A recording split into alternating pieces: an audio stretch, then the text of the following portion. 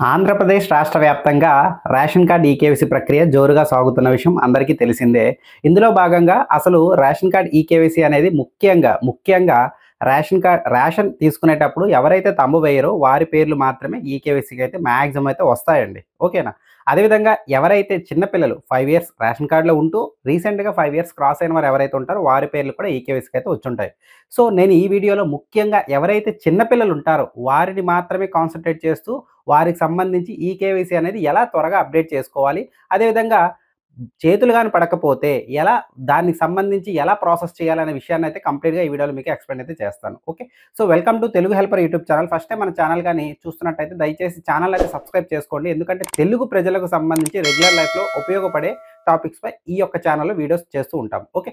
So, first of all rice rice card లేదా ration card ఈకేవైసీకి సంబంధించి rice card లేదా ration card ఈకేవైసీకి సంబంధించి చిన్న పిల్లల యొక్క లిస్ట్ అనేది పెండింగ్‌లో ఎక్కువైతే ఉన్నాయండి. సో, ఎందుకున్నాయిరా అంటే వారు ఎప్పుడు రేషన్ తీసుకునేటప్పుడు తంబైతే వేయరు. ఫస్ట్ పాయింట్ అది. అదేవిధంగా చిన్న పిల్లలు యాడ్ చేసిన తర్వాత 5 ఇయర్స్ తర్వాత 5 ఇయర్స్ తర్వాత వారు బయోమెట్రిక్ అనేది అప్డేట్ చేసుకోరు. చేసుకోకపోవడం వల్ల ఈవెన్ రేషన్‌కి వెళ్ళినా కూడా వారి యొక్క చెయ్యి అనేది పడదు. సో, ఈ యొక్క కారణాల వల్ల అదేవిధంగా వారి యొక్క పేరుపై పేరెంట్ అనేది బయోమెట్రిక్ వేసి రేషన్ తీసుకున్న, పేరెంటల్ అథెంటికేషన్ ద్వారా తీసుకున్న, సో, దానివల్ల కూడా వారికి రేషన్ అనేది రాదు. అదేవిధంగా ఈకేవైసీ అనేది పడదు. సో, అలాంటి వారు డెఫినిట్‌గా మీ ఇంట్లో చిన్న పిల్లలుంటూ రేషన్ డీలర్ల వద్ద ఏదైతే పెండింగ్ లిస్ట్ ఉందో అది గాని, లేదా గత వీడియోలో మీకు ప్రాసెస్ ఎక్స్‌ప్లెయిన్ చేశాను. ఆ ప్రాసెస్ ద్వారా మీ యొక్క రేషన్ కార్డ్ లేదా రైస్ కార్డ్ నంబర్ ఎంటర్ చేసి పెండింగ్‌లో గాని ఉన్నట్టయితే ఎవరిది చిన్న పిల్లలు మీ ఇంట్లో గాని చిన్న పిల్లలు గాని పెండింగ్‌లో ఉన్నట్టయితే, లేదా రేషన్ డీలర్ వద్ద లిస్ట్‌లో మీ యొక్క ఇంట్లో చిన్న పిల్లల యొక్క పేరు ఉన్నట్టయితే ఫస్ట్ ఆఫ్ ఆల్ మీరు చేయాల్సిన పనేంటంటే, మీ యొక్క కుటుంబంలో ఎవరైతే చిన్న పిల్లలున్నారో వారి యొక్క ఆధార్ కార్డ్ తీసుకోండి. డిస్క్రిప్షన్‌లో ఒక లింక్ ఇస్తున్నాను. ఆధార్ చెకింగ్ లింక్ లేదా ఆధార్ వ్యాలిడిటీ లింక్ అని ఉంటది. దానిపైన క్లిక్ చేయండి. ఈ యొక్క వీడియో డిస్క్రిప్షన్‌లో ఆ లింక్ ఇస్తున్నాను. ఒక్కసారి లింక్ అయితే ఓపెన్ చేయండి. లింక్ ఓపెన్ చేసిన తర్వాత జస్ట్ ఆధార్ నంబర్‌ని అక్కడ ఎంటర్ చేయండి. చేసిన తర్వాత ఆధార్ నంబర్ ఎవరిది? చిన్న పిల్లలది. ఎంటర్ చేసిన తర్వాత కింద ఒక కోడ్ ఉంటుంది. ఓకేనా? మనకి స్మాల్ లెటర్స్, క్యాపిటల్ లెటర్స్, నంబర్స్‌తో ఒక కోడ్ ఉంటుంది చూసారా? ఆ కోడ్‌ని ఎంటర్ చేసి సబ్మిట్ చేయండి. చేసిన వెంటనే ఓకేనా? చేసిన వెంటనే స్క్రీన్‌పై చూపించినట్టుగాని వచ్చినట్టయితే అక్కడ మనకి ఆధార్ బయోమెట్రిక్ అప్డేట్ పెండింగ్ ఉంది. దయచేసి అప్డేట్ చేసుకోండి అని ఇక్కడ దీని యొక్క సారాంశం అండి. ఇలా వస్తే కింద బాక్స్‌లో అంటే బాక్స్ కింద మీకు ఆ రకంగా వచ్చిందంటే వారు ముందుగా బయోమెట్రిక్ అప్డేట్ చేసుకోవాలి. ఓకేనా?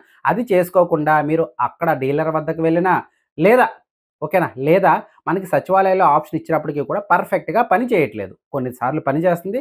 మాక్సిమం ఒక 95% అయితే పని చేయట్లేదండి. ఓకేనా? సో, మాక్సిమం రేషన్ డీలర్ల వద్ద బయోమెట్రిక్ మాత్రమే ఆప్షన్ ఉంది కాబట్టి అక్కడ వెళ్తే మాత్రం ఆ బయోమెట్రిక్ అప్డేట్ అవ్వకుండా అవ్వదు.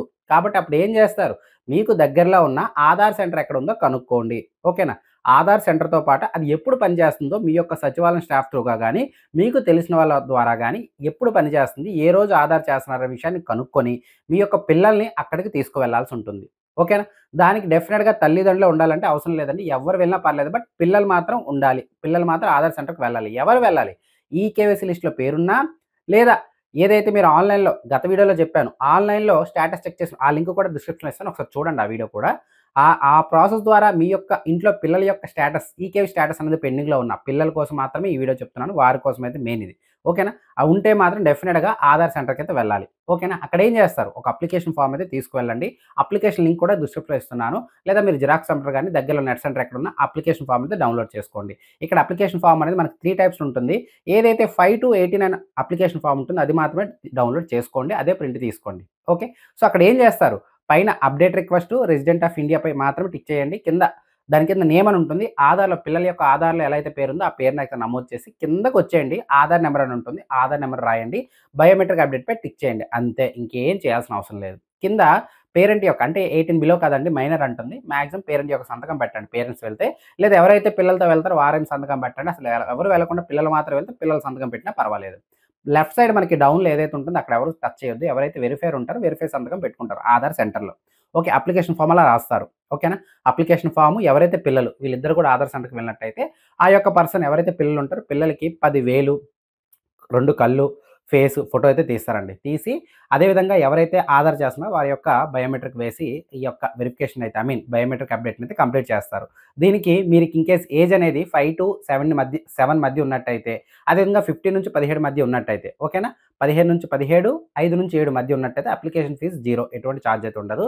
కానీ వయసు అనేది 7 నుండి 15 లోపు అదేవిధంగా 17 నుండి 18 లోపు ఉన్నట్టయితే అంటే 17 దాటి ఎంతున్నా సరే వారి యొక్క బయోమెట్రిక్ అప్లికేషన్ ఫీజ్ అనేది ఆధార్ సెంటర్‌లో రూ. 100గా ఉంటుంది. ఓకే. సో, ఈ విధంగా మీరు ముందుగా జాగ్రత్త పడి మీకు దగ్గరలో ఉన్న ఆధార్ సెంటర్‌కి వెళ్లి బయోమెట్రిక్ అప్డేట్ పూర్తి చేసుకోండి. మీకు రిసిప్ట్ అయితే ఇస్తారండి. ఓకే. ఆ రిసిప్ట్ మీరు ఇంటికి తీసుకురండి. వెంటనే ఆధార్‌కి ఫోన్ నంబర్ లింక్ లేకపోతే అదే ప్రాసెస్‌లో ఫోన్ నంబర్ కూడా అప్డేట్ చేసేసుకోండి. 2 ఒకసారి పెట్టినా ప్రాబ్లమ్ అయితే లేదు. ఓకేనా. చాలా త్వరగా అయిపోతున్నాయి. మాక్సిమం మనకి 2 ఆర్ 3 డేస్‌లోనే బయోమెట్రిక్ అప్డేట్స్ అయితే ఇప్పుడు కంప్లీట్ అవ్వడం అయితే జరుగుతుంది. ఓకేనా. సో, డేట్ అనేది ప్రెజెంట్ వచ్చి మార్చ్ 31తో ఎండ్ అవుతుందండి ఈకేవైసీకి సంబంధించి. ప్రభుత్వం ఇన్ కేస్ ఇది గాని ఎక్స్‌టెండ్ చేశారనుకోండి, డెఫినిట్‌గా ఎవరైతే ఇప్పుడు బయోమెట్రిక్ చేసుకుంటారో వారికైతే చాలా హెల్ప్ అవుతుంది. మీరు గాని బయోమెట్రిక్ అప్డేట్ చేసుకోవడం డీలా చేశారు, లేట్ చేశారనుకోండి డెఫినిట్‌గా లాస్ ఇన్వాల్వ్ అవుతారు. ఎందుకంటే ఈ రేషన్ కార్డ్ గాని రేషన్ కార్డ్ ఈకేవైసీ సంబంధించి ఎవరివైతే ఈకేవైసీ అవ్వదో వారి పేర్లందరూ కూడా కట్ చేశారనుకోండి. కట్ చేయడం అంటే వారికి రేషన్ ఇవ్వకుండా ఫ్యూచర్‌లో ఏదైనా గవర్నమెంట్ పథకాలిచ్చినా ఎందుకంటే తల్లికి వందనం లాంటి స్కీమ్స్ కూడా ఫ్యూచర్‌లో ఇంప్లిమెంట్ చేస్తామని చెప్పి గవర్నమెంట్ చెప్తుంది. సో, దానికి ప్రామాణికం ఏంటి? పిల్లలు అదేవిధంగా తల్లిదండ్రులు. డెఫినిట్‌గా పిల్లలు, తల్లిదండ్రులు ఒక రేషన్ కార్డ్‌లో ఉండాలి. రేషన్ కార్డ్‌లో ఉండాలంటే ఈకేవైసీ అయ్యి ఉండాలి కదా!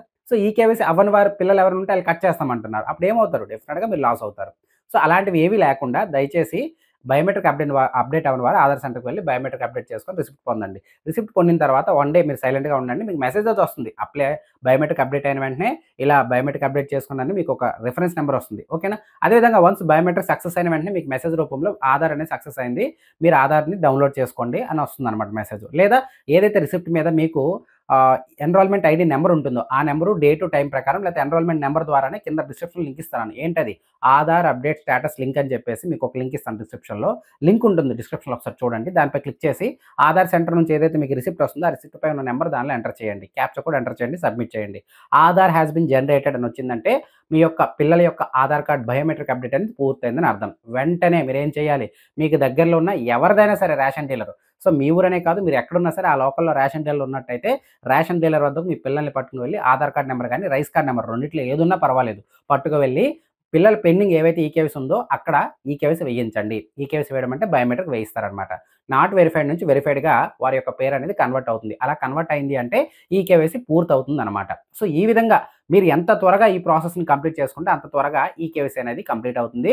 ఫ్యూచర్‌లో ఏదైనా స్కీమ్స్ గాని, అదేవిధంగా రేషన్ సంబంధించి గాని ఎటువంటి ప్రాబ్లమ్ అయితే ఉండదు. ఓకేనా. సో, దయచేసి ఇప్పుడు చెప్పిన ప్రాసెస్‌లో మీకేదైనా సరే డౌట్ ఉన్నట్టయితే కామెంట్ సెక్షన్‌లో తెలియజేయండి. ఈ విధంగా చిన్న పిల్లలకు సంబంధించి ఈకేవైసీని as early as possible complete చేసుకోండి. ఓకేనా. ఇదే విధంగా మనకి స్టేటస్ చూసుకున్నప్పుడు పేరెంటల్ అథెంటికేషన్ వస్తుంది చూసారా? వారు కూడా ఆధార్ కార్డ్‌తోని ఆన్‌లైన్‌లో కింద ఇచ్చిన లింక్ ద్వారా ఒకసారి స్టేటస్ చెక్ చేసుకోండి. బయోమెట్రిక్ పెండింగ్ ఉందంటే మాత్రం వెంటనే ఆధార్ సెంటర్‌కి వెళ్లి బయోమెట్రిక్ కంప్లీట్ చేసుకోండి. ఇదంతా ఎవరికండి? 5 ఇయర్స్ అబోవ్ ఉన్న వారికి మాత్రమే. 5 ఇయర్స్ బిలో ఉన్న వారికి ఇన్ కేస్ మీకు ఈకేవైసీ లిస్ట్‌లో పేరొచ్చినా కూడా మీరు చేయడానికి ఏం లేదు. ఎందుకంటే ఆధార్ కార్డ్‌లో బయోమెట్రిక్ అప్డేట్ చేయాలంటే మినిమమ్ వయసు అనేది 5 సంవత్సరాలు పూర్తయి ఉండాలి. 5 సంవత్సరాల లోపు వారికి ఆధార్ కార్డ్‌లో బయోమెట్రిక్ అప్డేట్ చేయడానికైతే లేదు.